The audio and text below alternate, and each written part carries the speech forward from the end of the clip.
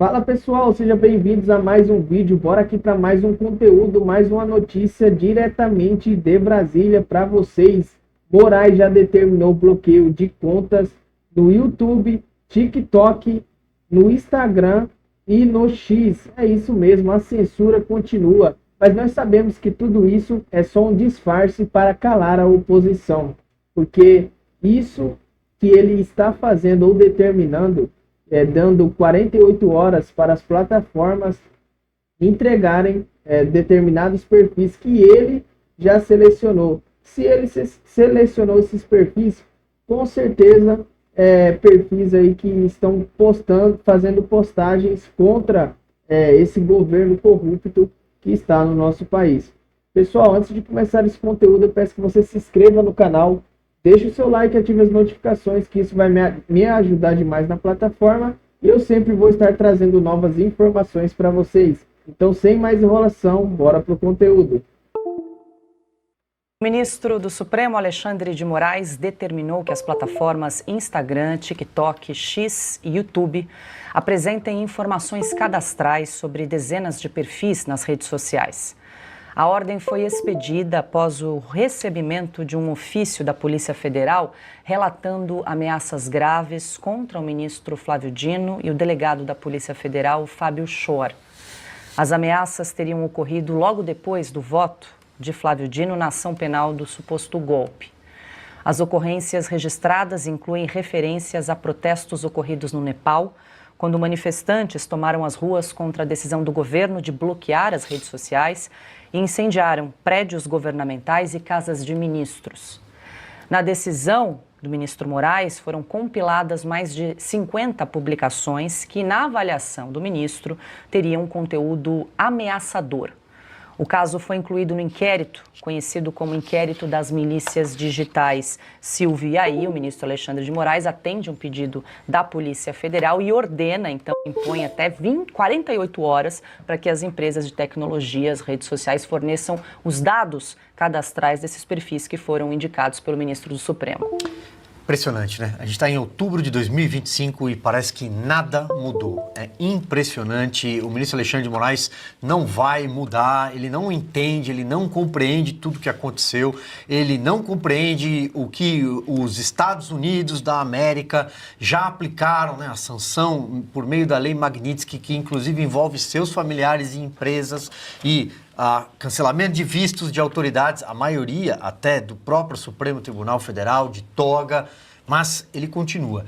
Bom, Paula, eu acho que aqui na República Democrática de Sucupira, a gente tem que fazer sempre um preâmbulo. Nós não defendemos, não achamos que é plausível você agredir ninguém verbalmente, fisicamente, ameaçar ninguém, tá? Já fiz o disclaimer, porque infelizmente aqui a gente é obrigado a fazer isso. Do contrário, eles vão recortar a nossa fala e vão dizer que nós defendemos algo antidemocrático. Pois bem, o modus operandi vai seguir o mesmo. Se alguém falar, criticar qualquer ministro do Supremo Tribunal Federal, essa pessoa vai ser incluída num dos inquéritos. E as gavetas são várias, as pastas, elas são alimentadas o tempo inteiro. Desde o inquérito matriz, o 4781, que é de 2019.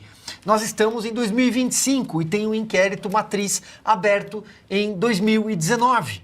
Ou seja, ou o pessoal é muito ruim de serviço e durante todos esses anos, 6 anos, não conseguiu chegar a lugar nenhum, ou então é simplesmente uma ferramenta de intimidação política, simplesmente uma espada apontada o tempo inteiro. Se você criticar o ministro do Supremo, você vai para a guilhotina, você vai para o inquérito e provavelmente vai perder suas redes sociais, depois você perde seu passaporte, você tem bloqueio de contas bancárias, até ser preso. Esse é o roteiro que a gente assiste no Brasil, né? Aqui, nessa república democrática e constitucional.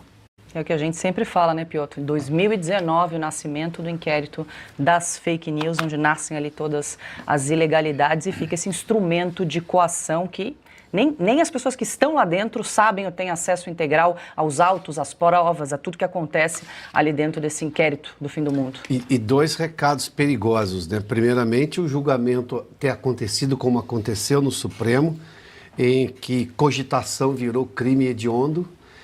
Nesse caso, nem cogitação, é manifestação das pessoas por rede social, em que pese um excesso aqui ou ali, mas ainda assim, nenhuma das pessoas, você precisa ter ideia se essas pessoas teriam condições de levar qualquer coisa adiante.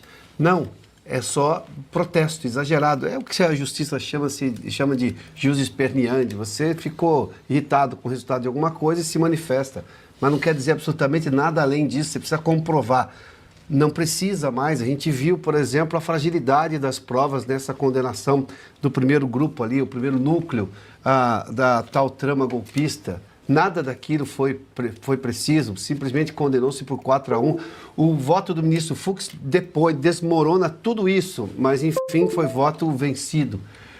O outro recado é a leniência, a incompetência, a lentidão, a falta de coragem, a covardia do que se viu, por exemplo, no Congresso Nacional e não ir adiante, sobretudo a parte, obviamente, do comando das duas casas de não ir adiante com a pauta da anistia. A anistia é exatamente o que ia resolver isso. E eu sempre defendi aqui, porque, óbvio, é uma questão simplesmente de aplicar a lógica. A data seria quando? Desde 2019, desde a instauração desse 4781, esse inquérito matriz, como o Silvio mencionou. A partir de lá, zera tudo, porque é lá que começa o abuso do Supremo. Mas o Congresso se ajoelhou, à exceção de trabalhos da oposição que a gente cita aqui e cita, obviamente, aplaudindo, porque em algum momento há alguma vida no Congresso Nacional, mas a parte do centrão que poderia apoiar a oposição também não teve coragem, nenhuma coragem de ir adiante. O Hugo Mota cedeu logo depois do jantar na casa do ministro Alexandre de Moraes. Não se vê nada do Alcolumbre, que não quer votar impeachment de ministro, não quer votar absolutamente nada. E o Supremo é quem controla o Congresso Nacional, porque controla os dois presidentes e, digamos, a parte governista, que nessa hora fica gigante, porque o Centrão também não conseguiu ter coragem de mostrar de que lado está, que não é o lado do Brasil, tampouco dos brasileiros. Bom, vou trazer aqui mais uma determinação do ministro Alexandre de Moraes, a gente já junta os assuntos e aí eu ouço o Cauti e a Ana. O ministro determinou que as secretarias de administração penitenciária do Distrito Federal, Alagoas e também do Rio de Janeiro enviem relatórios diários sobre o monitoramento das tornozeleiras eletrônicas de 8 investigados. Os documentos devem informar qualquer violação, falha de sinal ou descumprimento das condições impostas. A medida alcança Mauro Cid, ex-ajudante de ordens de Jair Bolsonaro, Anderson Torres, ex-ministro da Justiça, Felipe Martins, ex-assessor presidencial, Silvinei Vasquez, ex-diretor da Polícia Rodoviária Federal, o ex-presidente da República Fernando Collor e os ex-deputados Daniel Silveira, Chiquinho Brazão e Roberto Jefferson. Nas decisões, Moraes não menciona se há suspeitas de irregularidades, mas ressaltou que o descumprimento das medidas pode levar à regressão do regime, Ana. É sempre assim, sempre vem um tom de ameaça, a imposição de uma multa, a regressão de um regime. E o que está por trás aí? Relatórios diários de uso de tornozeleira eletrônica. Ontem a gente deu essa notícia em relação ao ex-deputado Daniel Silveira, mas aí no final da noite veio a notícia completa, né? Quem seriam essas 8 pessoas que o ministro Moraes agora exige relatório diário? Vamos lá, Paula. Ali tem nessa decisão do ministro, tem duas palavras que são perigosíssimas. Vocês estavam falando da abertura, né, de inquérito aí por causa das ameaças graves contra o ministro Flávio Dino. Aí você fala ameaças graves. O problema é que hoje no Brasil, esse ameaças graves é um balaio, é um cesto sem fundo. Tudo entra no balaio de ameaças graves. Chamar de gordola, falar isso, falar que tudo virou ameaças graves. É igual atentado contra a democracia, tudo é. E aí agora, nesse caso do Moraes, que pede esses relatórios diários sobre o monitoramento das tornozeleiras eletrônicas, Mauro Cid, Anderson Torres, Felipe Martins, Silvinei Vasquez, Fernando Collor e os ex-deputados Daniel Silveira, Chiquinho Brazão e Roberto Jefferson. O problema é que nós estamos falando de pessoas que nem estão ligadas em processos em condenações, em inquéritos. Mauro Cid, Anderson Torres, Felipe Martins, Silvinei Vasquez, aí tem Fernando Collor, aí Daniel Silveira, Chiquinho Brazão, ou seja, e aí tem o problema que para mim é o balaio sem fundo disso. Falta de sinal. Monitoramento para detectar possíveis faltas de sinais. Olha, o brasileiro já entendeu o que é isso. Ameaças graves, atentado contra a democracia, falta de sinal. Porque se o Moraes diz que, olha, foi detectada uma falta de sinal na tornozeleira de Felipe Martins, mande para a prisão. Vai simplesmente acontecer. E aí Felipe Martins vai ficar lá o quê? Mais 6 meses? 10 dias na solitária? Pressão, tortura, mais violação de direitos humanos, porque ele coloca falta de sinal e ele aplica se teve falta de sinal, se ele quiser, ele o ministro. Porque o Felipe Martins já comprovou várias e várias vezes, não houve viagem para os Estados Unidos, ele não estava na tal reunião que teve a tal minuta do golpe que nunca aparece também, e no entanto, o Moraes continua falando, viajou sim, tem minuta sim, e quem decide aqui sou eu. E se acontecer a falha de sinal através da canetada de Alexandre de Moraes, acabou. Teve falha de sinal, falta de sinal e pronto. Qualquer um deles vai ser enviado de volta para a prisão sem questionamento, porque o Alexandre de Moraes vai decidir que houve falta de sinal e pronto. Isso aqui é mais uma ameaça. É mais uma ameaça. Mas também que ele entenda, Alexandre de Moraes, que é mais um tijolinho no castelo gigantesco que existe aqui nos Estados Unidos, com as provas e evidências das violações de direitos humanos, e isso inclui violação de direitos constitucionais cometidas pelo violador de direitos humanos, Alexandre de Moraes. Pois é.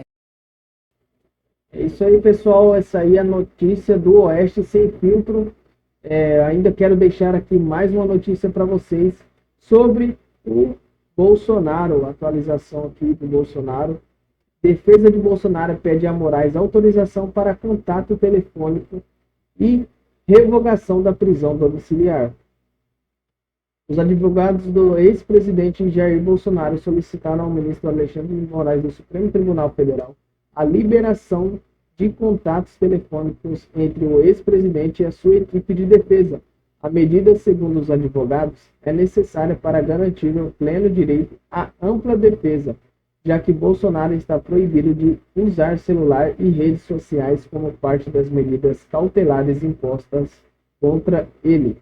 A defesa argumenta que a impossibilidade de contato direto por chamadas telefônicas dificulta a comunicação, especialmente porque os advogados vivem em São Paulo, enquanto Bolsonaro cumpre prisão domiciliar em Brasília. Atualmente, eles têm autorização para visitá-lo, sem necessidade de autorização prévia, mas pedem que essa prisão seja estendida às conversas por telefone. É isso aí, pessoal. Essa foi a notícia de hoje. Mais uma vez eu peço que vocês se inscrevam no canal, deixem o seu like, ative as notificações, que vocês vão estar me ajudando demais aqui na plataforma e também ajudando a esse conteúdo a alcançar mais pessoas. Muito obrigado e até o próximo vídeo.